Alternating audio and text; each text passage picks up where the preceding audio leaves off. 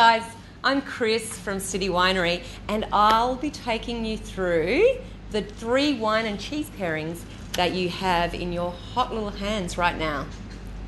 But before we get started into the cheeses and the specific wines, I'll take you through how I like to taste food with wine.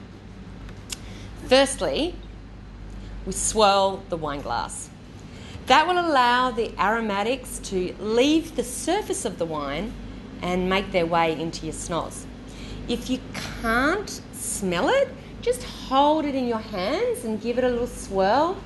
Warm it up for a little bit. Just warm it up a couple of degrees. It makes a huge, huge difference. Once I've smelt the wine, I then take a fairly large sip, enough to coat the whole of the inside of the mouth, the cheeks, the tongue, the back of the tongue, everywhere.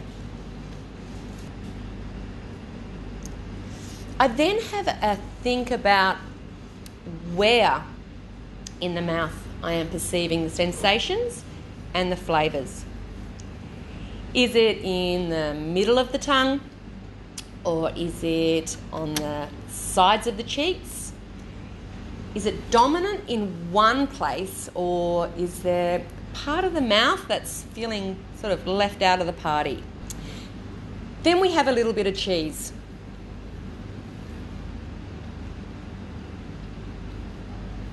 Then go back to the same wine. Have another sip, a large sip, to coat the whole of the mouth again. And now this time, take note of where the wine is being perceived this time. If the wine has been overpowered by the cheese or made the wine taste thin, bitter, or overly acidic, it's probably not the best match. What we are aiming for is a harmony between the cheese and wine so that the enjoyment of both the cheese and the wine is enhanced. The first cheese and wine combo involves the Gerler Sorelle. Sorelle means sisters in Italian, and it's a blend of 2 Italian varietals, Fiano and Vermentino. I loved this wine paired with the Cheddar. The acidic nature of a Cheddar really makes this wine sing. It brings out the sweet fruit of the mid palate. It kind of creates a bulginess on the middle of the tongue. Next up, we have the Gerler Rosé. This is 70% Grenache and 30% Sangiovese. Sangiovese has an orange hue, so that's why an orange hue on the skin, and that's why this wine has a lovely salmon colour. This wine is dry, meaning that it has no residual sugar remaining after the fermentation. It has a beautiful strawberries and cream aroma coming from the Grenache, and has a refreshing cranberry finish on the palate that is distinctly a Sangiovese trait. When you taste this wine, you will notice it has a really plump, weighty feeling on the middle of the tongue, about there, which might trick you into thinking that it is sweet. It's not sweet from sugar sweetness, as this is a dry wine. It's the fruit flavour that is coming from quality grapes that gives you that sensation. To me, it's the sign of a good wine.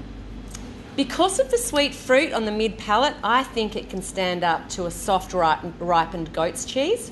A ripened goat's cheese can be pretty funky sometimes, and it has a pungency from the barnyardy goatiness about it. You'll need a wine with a lot of fruit sweetness or actual sugar sweetness to hold up next to a pungent cheese. The rosé with this cheese works perfectly. So yum. The Gerler Shiraz is a great example of Shiraz from Barossa Valley. It has plenty of rich fruit, tannins and oak. You would think that a robust wine like the Shiraz would go with any cheese. It's just not the case. It really depends on the acid and tannin structure of the wine. Like with all Shiraz, the tannins are focused on the tongue rather than the gums and the cheeks. These tannins are a great cleanser for the palate when matched with a creamy, rich Brie.